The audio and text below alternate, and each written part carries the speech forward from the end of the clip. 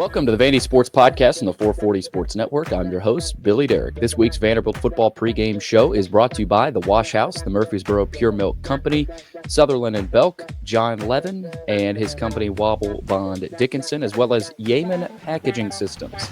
Topics on today's show are brought to you by the Murfreesboro Pure Milk Company. They are a family-owned third-generation milk and ice cream distribution company located in Murfreesboro. A partnership began over 50 years ago with Purity Dairy in Nashville to provide purity milk and ice cream to consumers in Middle Tennessee, and they now serve Southern Kentucky, Northern Alabama, Chattanooga, and North Georgia. For more info, visit their website, mpmci.com.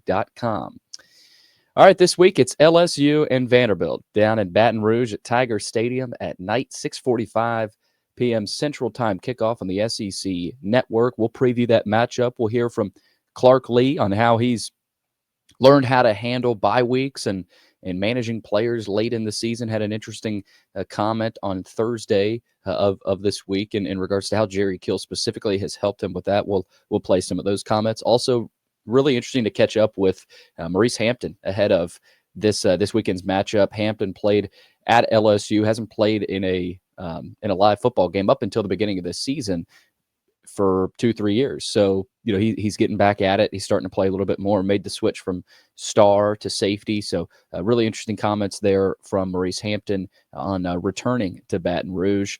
No Joey Dwyer this week. He's in Charleston covering basketball, but I did catch up with Norman Jordan of the Vanderbilt Radio Network, and then Matt Moscona from ESPN Baton Rouge down there, who covers the LSU Tigers. So a little bit of a shorter pregame show this week, but we're still coming at you locked and loaded with a full preview of Vanderbilt and LSU coming up Saturday night. This week's matchup preview, as we get set to preview the Tigers and the Commodores, is brought to you by the Wash House. Are you dreading laundry day? Is it stealing time to do the things that you truly enjoy? Let the laundry professionals at the Wash House take care of that for you with 2 convenient locations in the greater Nashville area. Just drop off your dirty laundry, and their professional attendants can give you back the one thing you can never have enough of, your time. Log into washhouseclean.com or stop in today and get your time back. All right, it's Vanderbilt, 6-4 overall, 3-3 in the SEC at LSU, 6-4 overall, 3-3 in the SEC. So identical records for both these teams. LSU is a 7.5-point favorite. It opened up at 11, but it's down to 7.5. So Vegas looking at this, maybe looking at how LSU is a kind of a wounded duck right now, especially with Bryce Underwood, their big-time quarterback decommitting and flipping to Michigan. So morale is going to be low, I would imagine, in Tiger Stadium tomorrow night. It'll be interesting to see what the atmosphere is like, and I'm sure the crowd will bring it, but could go against them. We'll talk a lot about that with Norman Jordan and Matt Moscona actually as well. 6:45 kick there at Tiger Stadium. SEC Network, Tom Hart, Jordan Rogers, Cole Kubelik, great crew getting set to call this one. This is the first meeting against LSU at Tiger Stadium for the first time since 2009. So, it's been a while since Vanderbilt made the trip down there to Baton Rouge. They've played 3 times in Nashville since that matchup, but not in Baton Rouge since 2009. LSU leads the all-time series 24-7-1, with the Commodores' last win coming back in 1990. The last time Vandy won in Baton Rouge, 1951. So it's been a while. Vanderbilt trying to make history again, similar to Auburn, had never won at Jordan-Hare Stadium. They get it done. Can Vanderbilt make history again this weekend? We will see. Last time out, fell to South Carolina, 28-7. It's been a couple of weeks for this program to stew on that loss. I think that's a good thing. I think that's obviously they needed a bye week to rest up. This was a banged up group against South Carolina. And speaking of banged up, Diego Pavia was banged up late in that game. He's been banged up all season, but he led the Commodores on the ground, 12 carries, 65 yards, and a touchdown. Had a big turnover there where they kind of traded turnovers. Gamecocks and the Doors did, but Vanderbilt's going to have to bounce back against another really, really good SEC team this weekend. I mentioned earlier, Jerry Kill has taught Clark how to handle bye weeks and also managing players late in the season. And Clark has talked about how more and more work throughout the season isn't always better for players. And he's learned a lot from Jerry Kill in that regard. Take a listen to what he said on Thursday of this week.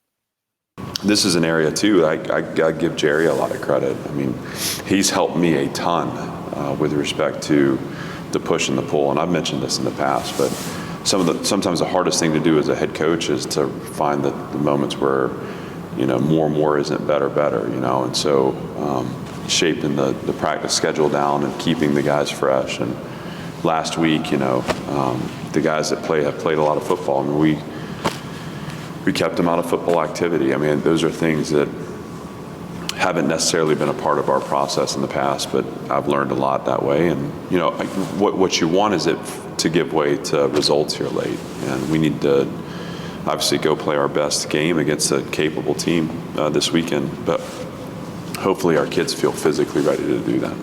That was head coach Clark Lee. Really interesting comments, and just a little tidbit there on how much Jerry Kill has impacted this program and has taught Clark Lee really how to grow as a head coach and manage his team well. And that's obviously been a huge talking point all season. Another big talking point this season has been the injuries availability report, though. Looks really good for Vanderbilt.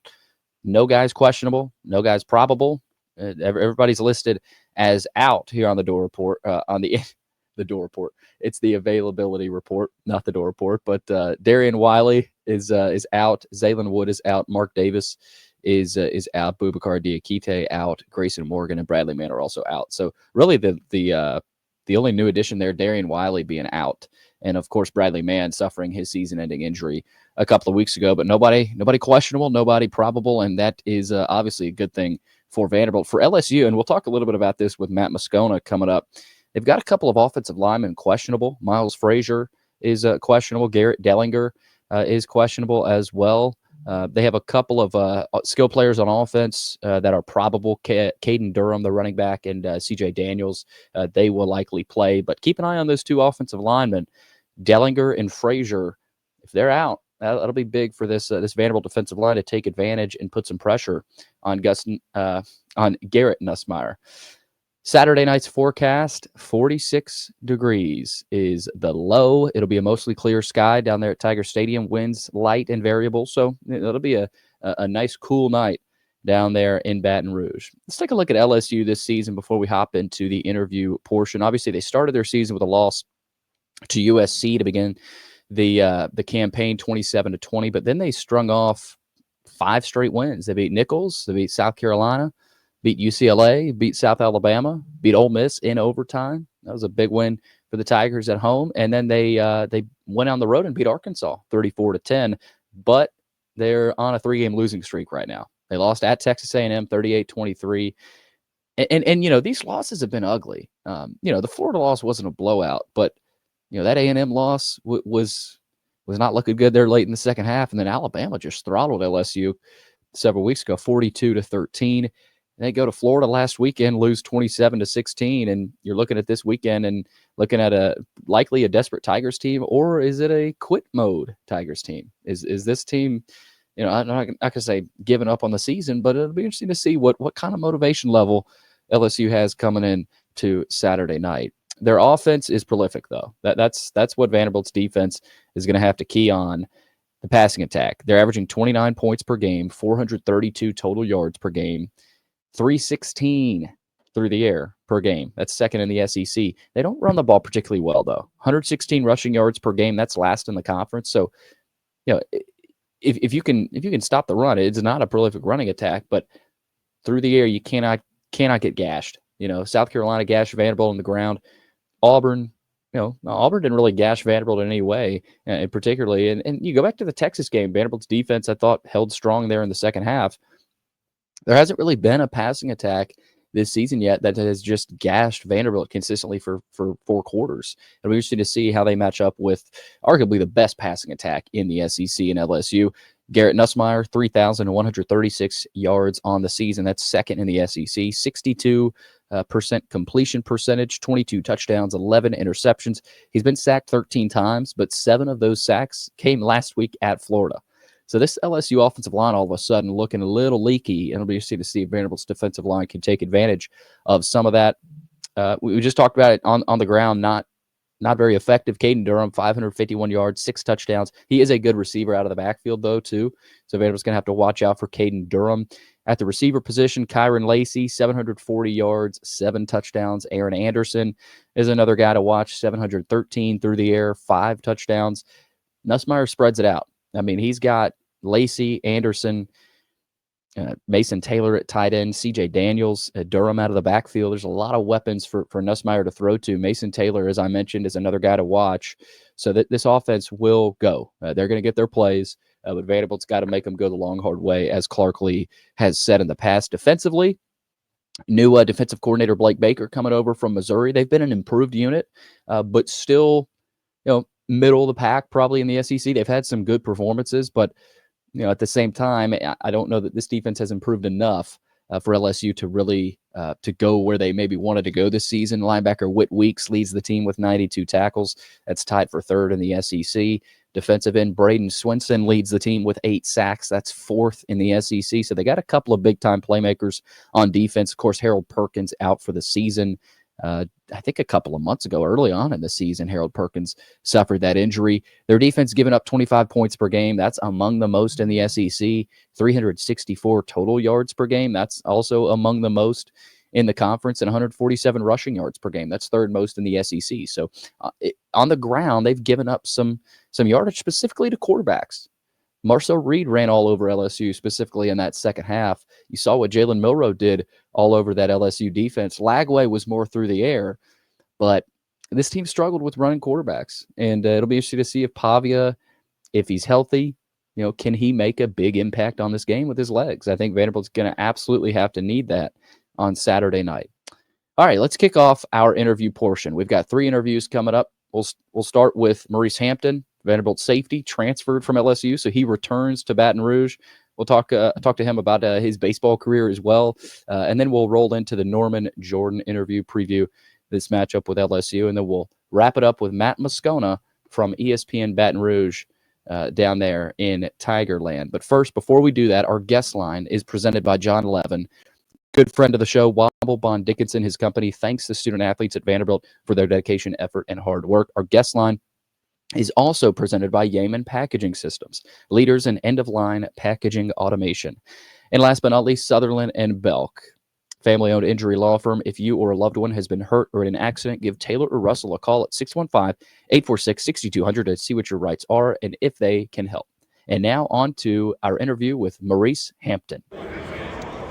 All right, Maurice, I want to start with your background. Obviously, great athlete. I'm sure you played just about every sport growing up, but what started to draw you to football? Because, you had a good love for baseball, too. I don't know if you still do, but, baseball was a big part of your life, too. Yeah, I've always loved both sports. My dad actually introduced me to football when I was young. He played at Jackson State in college, and he had a short NFL career. So I would say my dad gave me the love for the game. And then, obviously, being in Memphis, at the high school level in baseball, what did you learn from there? But you also played football too. So what was it like there, playing 2 sports, but also, at the college level, playing both baseball and football, at the same time? Yeah, it wasn't easy. I would say God gifted me with natural ability, so I was able to do both sports for a long time. But as far as like time management and the ability to just be good at both sports, it got harder as the levels got harder. What drew you over here to Vanderbilt? So I had a previous relationship with our Stars coach, Jimmy Thompson. He was a GA at LSU when I was there. So him and Coach Lee recruited me in high school when he was at Notre Dame. So I knew both of them, and it's right down the road from where I'm from, so it was a pretty easy decision. I'm guessing you still know some people at LSU. You excited to be able to go back there and play in Tiger Stadium at night? Actually, it's only one guy on the team that was there when I was there, Josh Williams, who was actually my roommate when we got there. So it would be fun to see him and play against him. Let's talk about your role. You've kind of started to play a little bit more here throughout the season. What have you learned at that star position, and how do you think you've grown throughout the season? Yeah, so I've actually moved from star. I play safety now, but just being able to carve a role out and help the team in any way. We've had guys with injuries, and we've had guys that have had to be away from the program for a small amount of time. So just being able to step in and help in any way has been great, special teams and defense. Defensively, LSU with a high-powered passing attack. What have you guys been keying on this week, and what are some things that you think you guys have to execute on Saturday night? Yeah, definitely stopping the passing game. One and number 2 are explosive. 13 has a great arm. So just stopping those guys from explosive plays and getting off the field on third down, I think, will be the 2 keys to stopping those guys. How fun has it been this year for you? I mean, coming to Vanderbilt, I'm sure you hoped a season like this would come, but how fun has it been for you? It's been a blast. Just changing the program, changing the culture around here. I haven't played football in 2 or 3 years, so just being able to just be out here and go play a game and see fans in the stands. So it's just been a blast, us winning, and I'm hoping we can continue that with these last 3 games. Yeah, what you just mentioned, hadn't played football in 2 or 3 years. Like, was that hard to put the pads back on and like, man, I'm back to playing football here?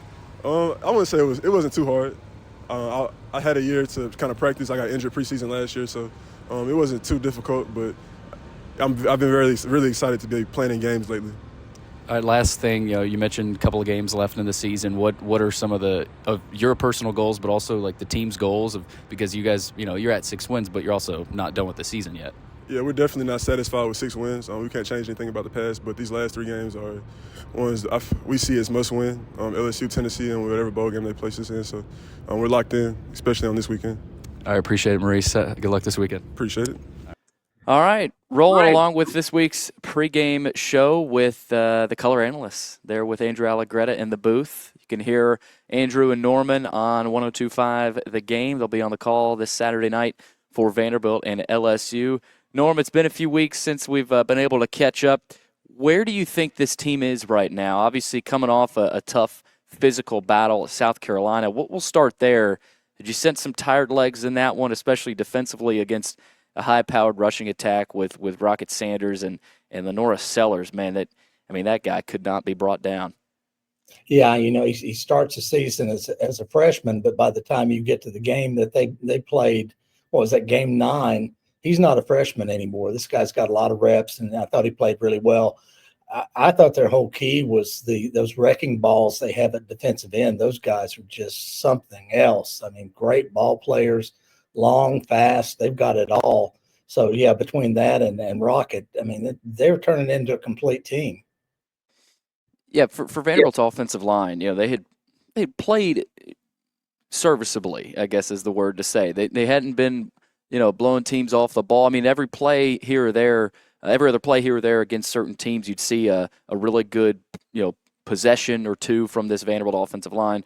But feels like there's a game or two here or there each, with each team they play where, they're not as good, not as strong, and that South Carolina was one of those. What did you think about the offensive line's performance, and do you think there's more out there for them after a tough performance against South Carolina? Yeah, well, back to your original point. I mean, I think they're worn out. I mean, with the way they play the game today, with the getting out there, no huddle, everything that you do, that players just get worn out. It's a tougher game now, than it used to be. They run a lot more plays, and it looked like a team that was just tired. And I'm sure they did a lot to fix that in the off week. I mean, you got to do that. You got to get your players rested up. You're not going to be healthy until March. That's just the way it works in football. You get an ankle sprain, it's going to be with you, for the rest of the season. With Diego Pavia obviously hampered, I mean, you can look at him and know that he's not been 100%. How much of that has contributed to the offensive struggles? Obviously, they've played better defenses, but do you chalk it up to, hey, Diego hasn't been 100%, and Alexander's been banged up? Is a lot of it health for you? I think a lot of it is health. You got a situation where, and I've called him this all year long. He's the straw that stirs the drink. He's the guy that everything flows through. And when Diego's healthy and really moving well, it's a different game out there. And you get banged up a little bit, and you're not moving quite as quickly. You can't get outside that defensive end. And I think a lot of what's happened this year is you're starting to see teams play Vanderbilt's offense the same way. Get those defensive ends upfield, contain everything outside, make them play the game between the tackles. And you get that when Diego gets outside, he's really dangerous. But inside, it's hit or miss on those quarterback draws. All right, let's go this week. LSU is reeling, and they get a home game. They got their gold jerseys. Maybe that's some mojo for them, but saw the line went from 11 now to 7.5. How are you feeling about? I know we'll get into Vanderbilt, but with this LSU team, I'm not sure how much you've been able to watch of them, but what kind of team do you think we might see with Brian Kelly and company Saturday night? I've seen him play, 4 games probably this year live. I see a lot of talent on the field. I see guys that, run to the football, but I don't see the consistent team that you've got to have to play in the SEC. And so, I think Vanderbilt's got a shot, but it's always going to come down to Vanderbilt doing, what Vanderbilt does. It comes down to, can you run the offense? Can you hide the football? Can you, make them make false reads and get outside? Can you make things happen your own? You can't just wait back and let the other team do that. They've got some, always have great defensive backs. It's a very talented team, and defensively, they're very talented. I mean, they got two really good wide receivers. They got a great tight end. They got a really good quarterback. So, and not to mention a couple of good running backs. Durham, I think he's going to be a superstar. So you've got a lot of talent out there, but you don't get a Vanderbilt defense that they get that good play from the linebacker position, and from the line position, they get a piece of the running back before he gets back into the linebackers. They're a good defense. Yeah, we've seen this defense play well with this LSU passing attack. I'm interested to see how the cornerbacks and the safeties out there in the secondary hold up. We've seen DeRicky Wright and C.J. Taylor play well, but we've also seen some breakdowns. I go back to that Texas game, a few plays in the Missouri game, but South Carolina was a lot of tackling. That was a lot of missed tackles there. But for this LSU offense, is that what you're looking at as well? With that secondary, because Norman, I think especially younger guys like a Jalen Lackey have started to play well with playing more. But it's late in the season; you never know what can happen. But are you looking at that secondary too to be a big key Saturday night? I think it's got to be. They've got to stop the run. That's job one always with this defense. And a lot of the way they do that, you play the two deep safeties and don't let your cornerbacks get one-on-one, especially with these talented wide receivers that they've got. But they also do a really good job of checking down to the tight end or to an under receiver to a running back. So it's not going to be easy either way. But, job one is to stop the running game and then not let them get those big chunk plays with those talented wide receivers.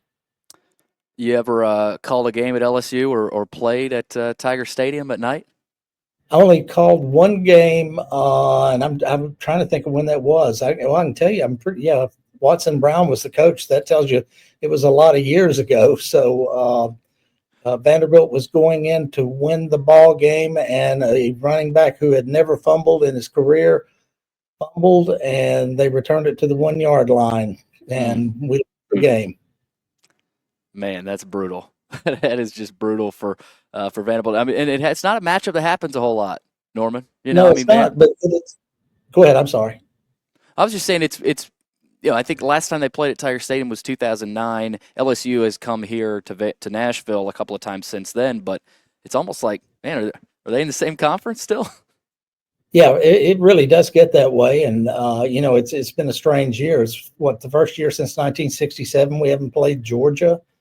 Georgia is just that's always been on the schedule.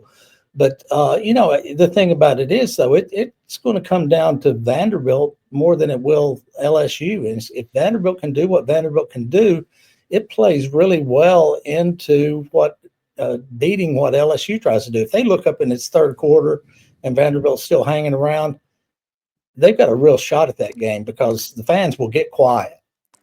Yep, we've talked about that this week. Crowd might play against them. I want to get one more question in on what you just talked about. We've heard Diego Pavia say it, and Clark has hinted at it as well. Vanderbilt football, when they play Vanderbilt football, nobody can beat them. And that's probably misquoted there, but they've talked about that. If we play up to our formula and we play exactly how we need to play to win games, we will win, and we can beat anybody. What is that formula? Normally, what is that? And it's probably different every year, for the type of team you have. But what is that formula that Clark Lee has developed this season that they have to execute in order to beat teams no matter who they play? Well, the formula is to keep the offense on the field, to keep the offense in third and short, third and manageable plays. That means you got to have a good first and second down. Keep the offense out there, let the defense rest. It's when you get those big linemen out there, they can't get any rest. They get tired and bad things start happening. So, that's the thing right there. If you can stay ahead of the chains offensively, you're helping the offense and you're helping the defense. And that's how Vanderbilt's won the game. I said before the Texas game this year, I said, there's not a game that Vanderbilt can't win from this point on. That's not a game that they can't lose from this point on out. We'll see. It's Vanderbilt and LSU Saturday night, 6:45 kickoff there on the SEC Network. You can hear Norman Jordan with Andrew Allegretta and Kevin Ingram on the sidelines there on 102.5 The Game. Norman, safe travels down to Baton Rouge. I know you haven't been there in a while, and thanks again for taking the time. Thanks, Bill. Wrapping up this week's pregame show ahead of Vanderbilt and LSU with Matt Moscona from ESPN Baton Rouge. You can hear him weekdays 3 to 6 p.m. on After Further Review 104.5 down there in Baton Rouge. Matt, thanks again for taking the time. It's Vandy LSU week, and I don't think you thought LSU would be at this point in the season with basically all their goals gone and motivation potentially gone. It'll be interesting to see what happens Saturday, but how's the mood down there? Yeah, vibe check, not good in Baton Rouge. I mean, Billy, it's been a minute since LSU's won a game. I mean, the last time they won a game was they beat Arkansas early in October. Remember, they lost to A&M, they had a bye, they lost to Bama, lost to Florida. So it's been, by the time they play Vandy, it would have been 5 weeks since LSU won a game. So around here, they're not used to that, man. And this was a season that maybe started with optimism, if not confidence, but had really peaked after they beat Arkansas. And look, we're up double digits on the road against A&M in a battle at the time of the only unbeatens in the SEC. But boy, it has all come crumbling down since Garrett Nussmeier threw that interception about midway through the third quarter. Marcel Reed entered, and LSU has not found its footing since. Gave up 7 sacks against Florida. What happened in that game? And you look at the box score, you would almost think LSU was the big winner in that game. But yeah. What contributed to that loss? And what are you looking at? At the things LSU's got to clean up, or is it just making the right plays at the right time? Does it kind of come down to that and not making the costly mistakes? Yeah. So if you didn't watch the game, woke up the next morning, looked at the box score, covered up the score, and you saw that LSU possessed the ball for 42 minutes, put up 400 yards of offense, converted 13 times on third down, you'd go, blew them out. But you only scored 16 points. And every time LSU got into scoring position, there was some type of self-inflicted wound. A touchdown came off the board for an OPI, which was just so unnecessary. They had first down at the Florida 21, false start, put them behind the sticks. They ended up settling for a field goal. It was just a pretty continuous barrage of mistakes like that when they got into the red zone. And it cost them. Left the door open for Florida, and they made the plays late to win it. The sacks are interesting because this offensive line, while they've struggled to run block this year, they've been exceptional pass blocking. Up into the Florida game, LSU had only given up 6 sacks all season. So Florida got more sacks in one game than LSU had given up in the previous 9 games combined. A big part of that is Garrett Dellinger's injury. So Dellinger is the starting left guard who's been a 4-year starter. And not only is Dellinger a really good player, but he also elevated DJ Chester. So Chester's LSU center, and he's a first-year starter, and he's really struggled. And when you had Dellinger next to Chester, it sort of elevated him. Well, when Dellinger went out, actually the 6th man on the offensive line, Tyree Adams, was injured as well. So Paul Mabenga started and struggled. And not only did he struggle in that spot, but obviously now you've weakened Tyree Adams or DJ Chester at center as well. It's a long way of explaining it, Billy, but you lost a very good lineman. It created a domino effect. And Garrett Nussmeier probably also a little hesitant to try to knock down those interceptions, probably hold on to the ball a little long, and it created that sort of perfect storm, and Florida had a big day. You mentioned the injury there on the offensive line, and I've heard some rumblings that Garrett Nussmeier, I'm not sure if he's actually in concussion protocol, but he did get taken out there for A.J. Swan late in that game. Is there any update on how Nussmeier's feeling ahead of this weekend? I haven't heard anything about him being withheld from practice this week. So I hadn't heard about concussion protocol. I know when he came to the sideline, they did the concussion test with him, but he went back in after one play. So I don't think he would have gone back into the game if he were still in concussion protocol. Garrett's been battered a little bit the last few weeks.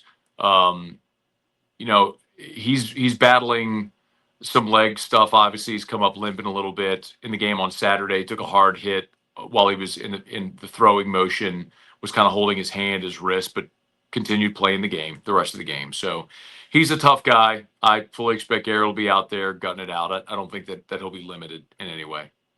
What's so interesting to me is where's the motivation for LSU? Obviously, we talked about it at the beginning.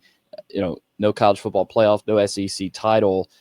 Is this team built to mentally fight through something like this and continue to play and finish the season strong, even when you've got players? Everybody's tampered. Everybody's being tampered with. That's going on everywhere. Is that a distraction? It may or may not be for LSU, but where do you think this team is at mentally right now heading into this game? Well, they held the dreaded players-only meeting this week. There's no winning team that ever holds a players-only meeting. You could ask about opt-outs. I just quite honestly, Billy, I don't know that there are players on this team that would be draft considerations that would opt out other than, say, maybe Will Campbell. But Will's not going to opt out. I'd be stunned if he did. Motivation is the real question because every stated goal is gone. You can't make the playoff. You can't win the SEC. Can't win 10 games. So we'll find out. I don't have the answer. I mean, I certainly would have thought after the embarrassment against Alabama, they would have shown up and really controlled that Florida team, which was down 5 starters defensively and had a freshman quarterback who really couldn't even move. Florida team coming off a blowout loss at Texas. I mean, that was a game where you thought LSU would get right. And the mistakes crept up and cost them a win. So I think there's a lot of trepidation here this week. We've seen Vanderbilt play very well this year at times, and they're coming off a bye. Everyone's very aware that LSU could be a wounded tiger, so to speak. And if they no-show on Saturday, this is a game where they could lose. So I think everyone here is very much aware of that. But candidly, the vibes are low, and I think people around town are probably more concerned with finishing off the recruiting class in the transfer portal, because even if you win the next 2 games, you go 8-4 and end up in the Texas Bowl or the Liberty Bowl. That's just not. I mean, 8-4 at Nashville is a great season for Clark Lee. 8-4 here is an epic failure for Brian Kelly. So you have 2 teams with very different motivations going into Saturday. Right, and let's get into that. LSU, we've talked about their struggles against running quarterbacks, whether it's Jalen Milroe, Marcel Reed. Lagway, wasn't 100%, but did use his legs a little bit. But I mean, Lagway didn't move. Lagway didn't run. Lagway didn't run one time, Billy. He didn't move at all. Okay. He could have been like Weekend at Bernie's, propped up to a stake. I mean, he didn't move the entire game, which is another reason why it's so disappointing. Right, and that's why I'm a little confused, because you didn't think Lagway was going to be able to use his legs at all, and he didn't.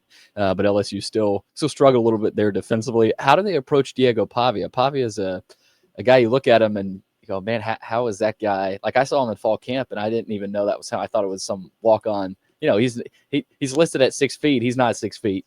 But you've seen him play. Everybody knows what he's about.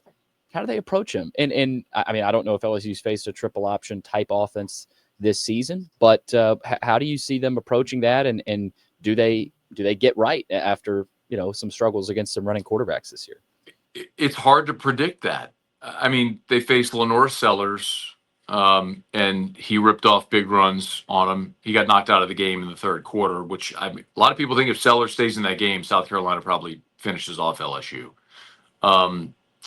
They obviously didn't do well against Marcel Reed or Jalen Milroe. The one time they had success was against Taylon Green at Arkansas. And they went up to Fayetteville and they held Arkansas to 38 rushing yards. And that was Taylon Green and Jaquindon Jackson. And that's the perplexing thing, because like we saw them do it. Clearly they can defend a running quarterback and a big, powerful running back, because they did it very successfully on the road against Arkansas. But that is the outlier. They didn't do it against against Lenore Sellers and Rocket Sanders in Columbia. They didn't do it, obviously, in Baton Rouge against Jalen Milroe, and they didn't do it against Marcel Reed in the second half of that game against Texas A&M. So how do they do it?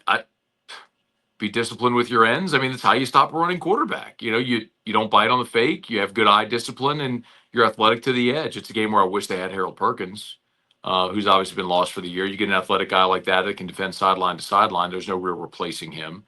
But the personnel for LSU is what they got. They just got to play soundly the way they did against Arkansas, because if they are undisciplined, they're just not good enough to overcome it, as we saw with the other ones I just mentioned. I like to ask this to every opponent expert we have on each week, and I kind of stage it as, okay, LSU's every team's got weaknesses. Where are the cracks in LSU that Vanderbilt, because you've watched LSU all season, where can Vanderbilt potentially expose LSU on Saturday in your mind? Yeah, the safety play's been bad, and the interior of the defensive line is certainly a weakness.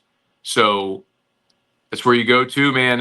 If Vanderbilt gets the running game going between the tackles, that's a problem for LSU. And if Pavia, Vanderbilt can break contain, the safety help hasn't been good. So that's why LSU, while pretty consistently, Billy, like LSU hasn't allowed teams to go like 6 yards, 8 yards, 5 yards, 6 yards, like right down the field. What they have allowed consistently is the big play. Lenore Sellers ripped off a 75-yarder. Rocket Sanders ripped off a 67-yarder. Jalen Milroe ripped off a 72-yarder. Last week, one of the running backs from Florida, I'm blanking who it was, ripped off a 55-yarder. Like, those are the things that LSU hasn't been able to avoid this year. So it's not like teams have just gone, just body blow, body blow, body blow. It's wait for it, and then there's the big knockout punch, which has come pretty consistently in every game. And it's what I talked about. It's bad safety play that doesn't give help when the ends don't contain and teams get to the edge, and then it's curtains. So, I mean, that's the thing you're looking for if you're Vanderbilt. It's when patiently wait for that big play to come, because LSU gives up big plays. LSU's got the gold jerseys for the first time against Vanderbilt, first time since 1998 on Saturday night. Vandy infamously forced LSU to wear colored jerseys back in 1996. It was an act of pettiness. But yep. Tigers wore gold. They got the last laugh. They won 35-0, of course. But what's the impetus of the gold jerseys? Did you know those were planned? Does that provide a little spark? And what kind of environment are you expecting? I'm really interested to see what the crowd will look like on Saturday. So LSU has worn gold quite a bit. They wore it the game you mentioned in '96 against Vanderbilt. They wore it '97 in the Independence Bowl against Notre Dame. They wore it in '98 against Florida. You want to talk about petty? LSU beat number 1 Florida in Tiger Stadium in '97 wearing their whites. Well, you had to have your opponent's permission, which is why Vanderbilt didn't grant it in '96 because of the DiNardo thing. Well, Steve Spurrier, being petty after he lost in Baton Rouge, said, well, we want to wear white at home. So LSU wore gold in Gainesville in '98. They wore another gold in 2016. The impetus for it is Nike. Nike is pretty consistently forced this upon LSU to wear alternates, and LSU just takes it, and I hate it. I don't mean this as any disrespect, Billy, but if you're Vanderbilt and you want to wear 8 uniform combinations, fine. When you're LSU and you have an iconic look, which they do. Mm-hmm. I mean, LSU's tradition is to wear white at home, and it's the gold helmet, the white jersey, the gold pants. It is an iconic look. When you see it, you know what it is. You don't mess with that. You want to wear an alternate one-off every now and again, like Notre Dame does their Shamrock Series for 1 game a year. I get it. It's just getting ridiculous. USC doesn't wear gold jerseys. Penn State doesn't wear alternates. Alabama, Notre Dame, Georgia, Ohio. Like, the brands of college football don't do this. And LSU makes itself look more like Oklahoma State and Texas Tech and Missouri. This would be the 6th different uniform combination LSU's won this year. 6 in 11 games. It's ridiculous. I mean, you are Oklahoma State is what you are when you do this. So I hate it. I always think of Iowa State too. Iowa State. Fine. I mean, whichever. I'll get off my soapbox. The environment, you'll probably have 75, 80,000 people there. It won't be capacity, and it'll be loud if LSU gives them a reason to be loud. It'll be a nice night. The weather will be nice. But really, this is a team that needs to find itself and needs to not be concerned with gold jerseys or how many people are in the stands. They need to play well over the final 2 weeks and build some momentum into what is very likely going to be the best signing class LSU ever inks in 2 weeks, and a portal period where they need to be spenders. And it would be nice if you did that with a little momentum of a couple of wins behind you instead of the mountain of negativity that continues on this 3-game losing streak. We'll see. Vanderbilt LSU Saturday night, 6:45 local time. They're on the SEC Network. Night game at Tiger Stadium. Matt, thanks again for taking the time. Looking forward to seeing what happens Saturday. I'm only looking forward to it if LSU wins. I need LSU to go find a dub somewhere along the way, man. 8-point home favorite. You better go get this one. Thanks, Matt. My pleasure. All right, that'll do it.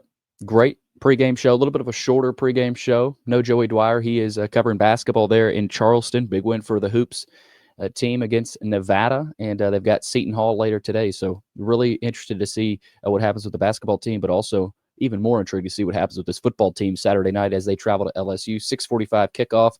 It's the Tigers and the Commodores there on the SEC Network. Big thanks to Maurice Hampton for joining me there for a nice interview. Clark Lee's comments. Also, Matt Moscona previewing the LSU side of things, and then Norman Jordan from the Vanderbilt Radio Network. This podcast has always been free. We plan for it to always stay free. Here's how you can help keep it that way. Give our podcast a review and a 5-star rating. That helps us get noticed. If you're listening and haven't subscribed to VandySports.com yet, please do. It's $99 a year or $9.99 a month. That helps us tremendously. Also, go subscribe to our Vandy Sports YouTube channel. Like this video. Give it a comment. Go subscribe. Comment. Whatever you want, that's free as well. And then finally, if you're interested in sponsoring the show, email Chris Lee at chrislee70@gmail.com. Thanks for listening. We'll catch you again soon with more episodes of the Vandy Sports Podcast.